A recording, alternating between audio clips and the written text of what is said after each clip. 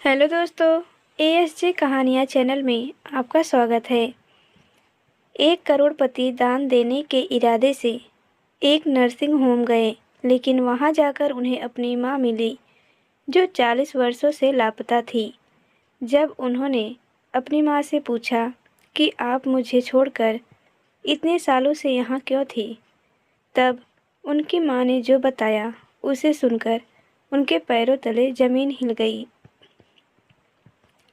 Leonardo Kapoor के पास वो सब कुछ था जिसका ज़्यादातर लोग सपना देखते हैं। आलीशान कारें, एक ऐसा घर जो किसी फिल्मी सेट जैसा दिखता था, और एक ऐसा बैंक खाता जो मानो कभी ख़त्म ही नहीं होता था। भले ही वो बेहिसाब खर्च करते थे, अपनी उम्र में ही वो भारत की सबसे बड़ी होटल श्रृंखलाओं में से एक के मालिक थे। लोग उन्हें देखकर सोचते थे कि उनका जीवन परिपूर्ण है, लेकिन लियोनार्डो, हालांकि उन्होंने कभी खुलकर नहीं कहा, अपने दिल में एक पुराना दुख लिए बैठे थे। बचपन का दुख।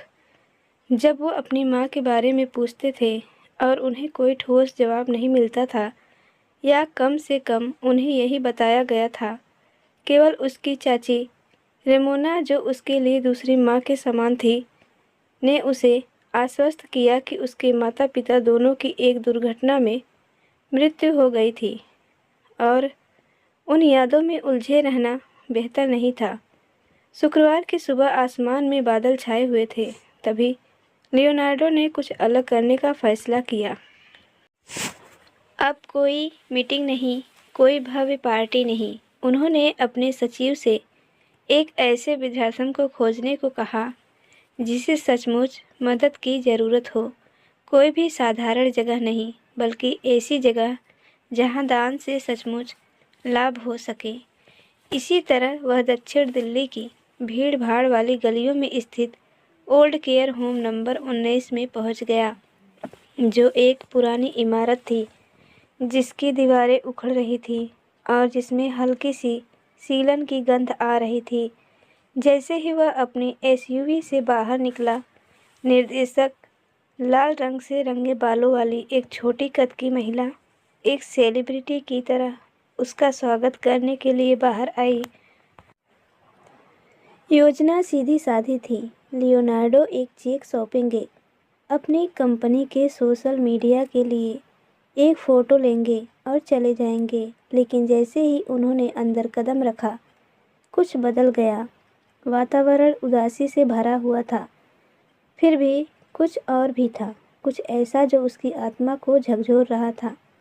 वह लंबे गलियारे में चलता रहा, पुरानी कुर्सियों पर बैठे बुजुर्गों को देखता रहा। कुछ सो रहे थे, कुछ उलझन में टेलीविज़न को घूर रहे थे। फिर उसने उसे देखा, एक कमज़ोर महिला एक गंदी खिड़की के पास व्हील चेयर पर बैठी हुई थी। सफ़ेद बाल बिखरे हुए, चेहरे पर झुर्रियाँ थी, लेकिन आंखें ऐसी थी कि उसका शरीर कांप उठता था। उसे पता नहीं क्यों, पर वह नज़रें नहीं हटा पा रहा था। उसके भीतर कुछ अजीब सा था। उसने चिल्लाकर कहा कि वह उसे जानता है। वह धीरे धीरे पास आया। उसका हाथ कांप रहा था, जो आमतौर पर इतने आत्मविश्वासी व्यक्ति के लिए कमजोरी का एक दुर्लभ संकेत था। महिला ने मानो उसकी प्रतीक्षा कर रही हो अपनी निगाहें ऊपर उठाई। लियोनार्डो ने मुश्किल से अपनी बात कही। वह नहीं तो सबसे सजी धजी थी, न ही सबसे सलीके से रहने वाली। फिर भी उसके शरीर के झुकाव में कुछ ऐसा था जो असहनीय रूप से परिचित था। निर्देशक ने उसकी दिलचस्पी देखकर जल्दी से उसके पास जाकर समझाया। उसका नाम कारमेन है, उसने कहा। वह दशकों से यहाँ रह रही है। उसका कोई पंजीकृत परिवार नहीं है, और वह शायद ही कभी बोलती है। कभी कभी वह एक दो शब्द बोलती है, कभी कभी वह घंटों तक खालीपन में घूरती रहती है। लियोनार्डो ने पूछा कि वह वहाँ कैसे पहुँची, लेकिन निर्देशक ने केवल कंधे उचका दिए। वर्षों पहले आई बाढ़ में पुराने दाखिलों के रिकॉर्ड नष्ट हो गए थे। उसे कारमेन के सामने घुटने टेकने की एक अजीब सी तीव्र इच्छा हुई। फोटो खिंचवाने या दिखावे के लिए नहीं, बल्कि किसी गहरी भावना के लिए। उसने कांपते हुए हाथ से उसके गाल को छुआ। लियोनार्डो जम गया। उसने कुछ बुदबुदाया जो मुश्किल से सुनाई दिया, और वह आवाज़ उसके नाम जैसी थी। ऐसा हो ही नहीं सकता। उसने मन ही मन फुसफुसाया, लेकिन मानो पूरी दुनिया उसके चारों ओर घूम रही थी। निर्देशक घबराया हुआ था। उसने पूछा कि क्या वह ठीक है। लियोनार्डो ने सिर हिलाया, लेकिन उसके दिमाग में उथल-पुथल मची हुई थी। अचानक और कुछ मायने नहीं रखता था। न चेक, न तस्वीरें, न चैरिटी कार्यक्रम, बस वही महिला मायने रखती थी। वही महिला जिसे याद न होने पर भी ऐसा लगता था मानो वह हमेशा से उसके जीवन का हिस्सा रही हो। उन्होंने बड़ी रकम दान की और फ़ोटो खिंचवाने या प्रचार करने से इनकार कर दिया। उनके मन में बस एक ही बात खटक रही थी, कारमेन असल में कौन थी, यह जानना। अपने आलीशान अपार्टमेंट में लौटकर लियोनार्डो को नींद नहीं आ रही थी। उसे बार-बार उसका चेहरा दिखाई दे रहा था। वह व्यावहारिक समाधानों का आदी था, फिर भी अब अपने विशाल बिस्तर पर लेटे हुए उसे अपने सीने में एक ऐसा खालीपन महसूस हो रहा था जिसे वह भर नहीं पा रहा था। अगली सुबह बिना किसी झिझक के वह पुराने घर लौट गया, वृद्धाश्रम। कारमेन वहीं उसी स्थान पर थी। इस बार उसकी निगाहें तुरंत उससे मिली, मानो उसे याद आ गया हो। उसने कुछ नहीं कहा, लेकिन उसकी आंखों ने वो सब कह दिया जो शब्द कभी नहीं कह सकते थे। जब वह दोबारा घुटनों के बल बैठा तो उसने कांपते हुए हाथ से उसका चेहरा छुआ। फिर उसने धीरे से स्पष्ट स्वर में कहा, लियो। लियोनार्डो का दिल उछल पड़ा। केवल उसके करीबी परिवार वाले ही उसे लियो कहकर बुलाते थे, और कोई नहीं। भला अपनी ही दुनिया में खोई हुई कारमेन को यह नाम कैसे पता होगा? उसके मन में कई सवाल उमड़ रहे थे। क्या उसकी चाची ने झूठ बोला था? क्या उसकी माँ वास्तव में कभी मरी ही नहीं थी? क्या उसे जानबूझकर कहीं छिपाया गया था? उन्होंने सुबह का समय कारमेन के साथ बिताया। नरमी से बोलते हुए वह उसके चेहरे के बदलते भावों को देख रहा था। फिर अनिच्छा से निर्देशक ने उसे याद दिलाया कि मिलने का समय समाप्त हो रहा है। उसने कुछ और मिनटों का समय मांगा। वह जा नहीं सकता था। लियोनार्डो ने उसकी अनुमति से उसकी एक तस्वीर खींची ताकि वह एक अस्थायी स्मृति सजो सके। जैसे ही उसने उसे पीछे धकेला, उसने उसी खामोश पहचान के साथ उसकी ओर देखा। 40 वर्षों की अनुपस्थिति एक ही नज़र में टल गई।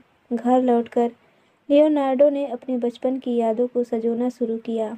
उसे याद आया कि उसने रेमोना से अपनी माँ के बारे में पूछा था। बार बार एक दुर्घटना की कहानी सुनाई गई थी, लेकिन अब उसे एक भूले हुए बक्से में एक पुरानी तस्वीर मिली। एक शिशु। लियोनार्डो एक ऐसी महिला की गोद में था जो स्पष्ट रूप से उसकी माँ नहीं थी। रेमोना पीछे की ओर लिखावट, कारमेन और लियो, मेरा पूरा जीवन। कारमेन वृद्धाश्रम की महिला का भी यही नाम था। लियोनार्डो ने मारियो सेंटलिन को फ़ोन किया, जो एक निजी जासूस था जिसके साथ उसने पहले काम किया था। कुछ ही दिनों में मारियो ने चौंकाने वाले सच उजागर किए। दुर्घटना की रिपोर्ट सही थी, लेकिन उनकी माँ स्मृति हानि के साथ बच गई। खुद को रिश्तेदार बताकर रेमोना नाम की एक महिला ने कारमेन को अस्पताल से निकालकर एक कम संसाधनों वाले वृद्धाश्रम में भर्ती करा दिया। वित्तीय दस्तावेजों से पता चला कि रेमोना ने कपूर परिवार की संपत्ति अपने नाम कर ली थी। लियोनार्डो की पूरी दुनिया बिखर गई। जो कुछ भी वह जानता था वह सब झूठ था। उसकी माँ जीवित थी। उसकी चाची ने उसे धोखा दिया था, और उसने न केवल उसकी विरासत बल्कि उसके जीवन के कई साल भी छीन लिए थे। उसने रेमोना का सामना किया। उसने शांत रहने का नाटक किया और दावा किया कि उसने यह सब उसे बचाने के लिए किया था। गुस्से से कांपते हुए लियोनार्डो को सच्चाई पता चली। कारमेन ही उसकी असली परिवार थी, और वह उसे वापस पाने के लिए संघर्ष करेगा। सबूतों से लैस होकर लियोनार्डो ने मारियो के साथ मिलकर काम किया। उन्होंने दस्तावेज, गवाह और वित्तीय रिकॉर्ड इकट्ठा किए। आगे की लड़ाई कानूनी, रणनीतिक और निर्मम होगी, लेकिन लियोनार्डो तैयार था। उसने अपनी माँ को ढूंढ लिया था, और वह दशकों से चुराई गई सच्चाई और उसके जीवन को वापस पाने के लिए कुछ भी करने को तैयार था। भोर होते ही लियोनार्डो दस्तावेजों को प्रमाणित करवाने के लिए सीधे एक नोटरी के पास गए। जब नोटरी दस्तावेजों की समीक्षा कर रहे थे, लियोनार्डो खिड़की से बाहर देखते हुए अपनी माँ के बारे में सोच रहे थे। उनसे सब कुछ छीन लिया गया था, सिर्फ एक आरामदायक जीवन ही नहीं बल्कि एक साथ बिताया गया पूरा जीवन।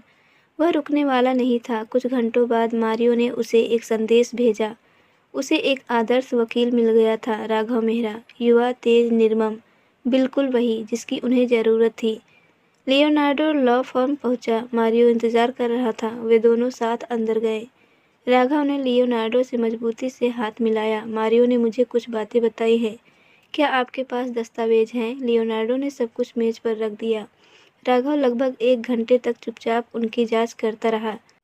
अंत में उसने ऊपर देखा। आपकी चाची ने धोखाधड़ी की है, जालसाजी की है, संपत्ति का कुप्रबंधन किया है और अवैध रूप से बेदखल किया है। उन्हें कई साल जेल की सजा हो सकती है। लियोनार्डो ने गहरी सांस ली। मुझे क्या करना? सबसे पहले और अधिक जीवित प्रमाण, राघव ने कहा। अस्पताल, वृद्धाश्रम और मूल दस्तावेजों के गवाह। मारियो ने कहा, मैंने 2 अहम गवाहों का पता लगा लिया है। हम उन्हें ले आएंगे। राघव ने सिर हिलाया। हमें मूल दस्तावेजों की भी आवश्यकता है। प्रतियां पर्याप्त नहीं होंगी। लियोनार्डो ने तुरंत सोचा। उसे अपने परिवार की पुरानी हवेली याद आ गई। मैं उन्हें ले आऊँगा, उसने कहा। मारियो ने उसके साथ जाने की कोशिश की, लेकिन लियोनार्डो ने अपना सिर हिला दिया। यह मुझे स्वयं करना होगा। वह हवेली की ओर गाड़ी चलाकर गया।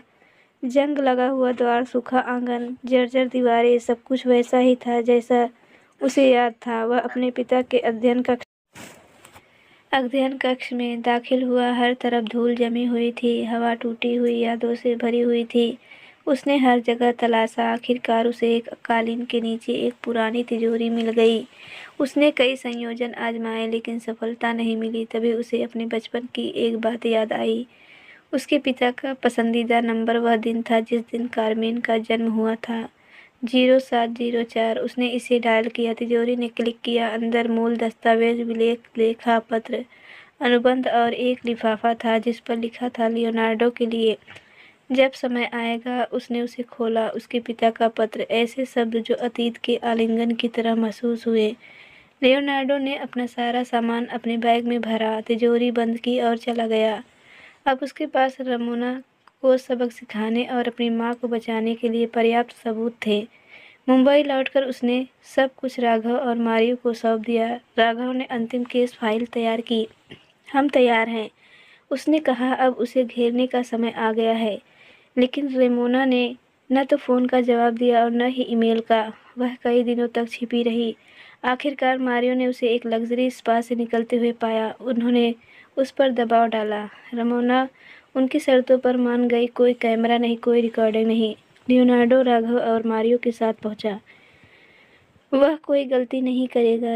रमोना बेदाग, सुरुचिपूर्ण ढंग से सजी धजी दाखिल हुई, लेकिन उसकी आंखों में घायल स्वाभिमान झलक रहा था। उसने कहा, यह देखकर दुख होता है कि तुम इस स्थिति में आ गए हो। मैंने तुम्हारे लिए इतना कुछ किया है। राघव ने फोल्डर खोला। हमारे पास धोखाधड़ी, जालसाजी और संपत्ति हड़पने के स्पष्ट सबूत हैं। रमोना हंसी। पुराने कागजात, बस इतना ही? लियोनार्डो उसे घूरता रहा। मैं चाहता हूँ कि तुम वह लौटा दो जो तुम्हारा नहीं है। मैं अपनी माँ का नाम साफ करना चाहता हूँ।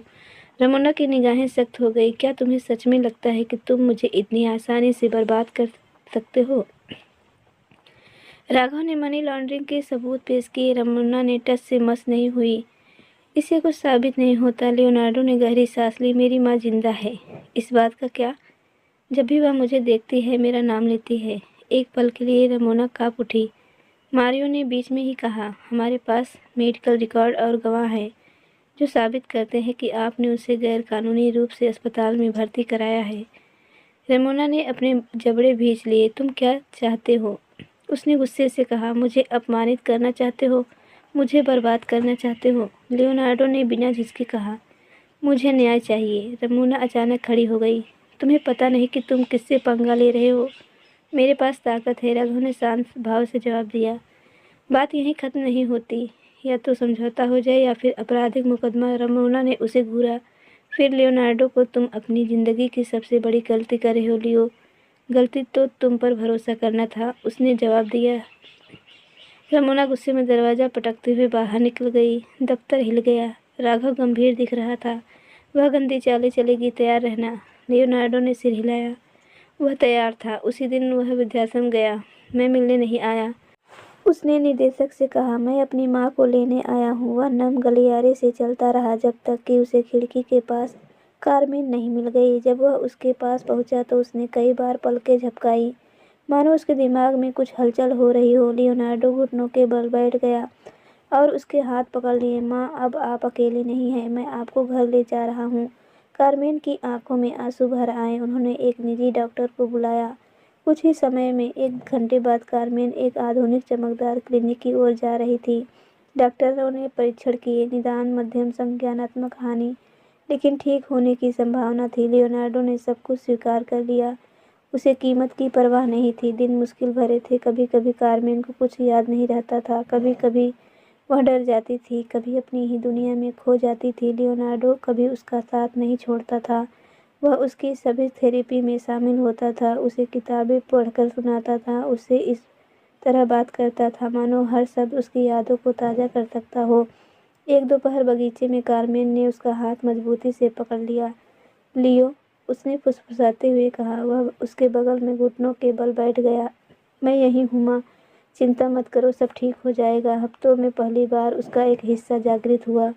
मेरा बेटा, उसने कांपती हुई लेकिन स्पष्ट आवाज़ में कहा। लियोनार्डो के गले में एक गांठ सी आ गई। उसने उसे कसकर गले लगा लिया, मानो बीते हुए समय से, दर्द से और इतने सालों की जुदाई से उसे बचाना चाहता हो। यह पहला बड़ा कदम था। डॉक्टर चकित रह गए। उन्होंने इसे एक बड़ी सफलता बताया। चेहरे को पहचानना, शब्दों का उच्चारण करना, तीव्र भावनाओं को व्यक्त करना। लियोनार्डो उसका साथ नहीं छोड़ा। वह बचपन की तस्वीरें लाया, उसके द्वारा गाए गए गाने सुनाए और पुरानी यादों को ताज़ा करने के लिए उनके पुराने घर की खुशबू लेकर आया। धीरे धीरे कारमेन में सुधार आने लगा। छोटी छोटी जीतें, एक शर्मीली मुस्कान, एक शब्द, एक सीधी नज़र। एक दोपहर बगीचे में बैठे हुए उसने फिर से उसका हाथ थाम लिया। मेरा घर, उसने धीरे से पूछा। लियोनार्डो आश्चर्यचकित दिखे। माँ, क्या तुम घर जाना चाहती हो? उसने भावुक होकर पूछा। कारमेन ने कमजोर ढंग से सिर हिलाया। वह लगभग फिर से रोने ही वाला था, लेकिन उसने खुद को रोक लिया। उसने उससे वादा किया कि वे जल्द ही एक साथ होंगे, एक साथ, एक घर। झूठों से भरी पुरानी हवेली नहीं, बल्कि सच्चाई से भरा एक नया स्थान। उस दिन उसे एहसास हुआ कि भले ही उसे सब कुछ याद न हो, लेकिन उसका दिल जानता है कि उसका स्थान कहाँ है। इसके बाद उसे एक सुरक्षित घर में ले जाना था, उसकी रिकवरी जारी रखनी थी और सतर्क रहना था। रमोना अभी भी मैदान में थी, और अगर उसने कुछ साबित किया था तो वह यह था कि वह आसानी से हार नहीं मानेगी। लियोनार्डो ने अपनी कमज़ोर लेकिन बहादुर माँ को देखा और दांत भींच लिए। युद्ध अभी शुरू ही हुआ था। तो दोस्तों, आज की हमारी ये कहानी आपको कैसी लगी? आप हमें अपनी प्रतिक्रिया कमेंट बॉक्स में ज़रूर बताएं। और आपको कहानी अच्छी लगी हो तो लाइक करें, और चैनल पर नए हैं तो प्लीज़ चैनल को सब्सक्राइब करना ना भूलें। धन्यवाद।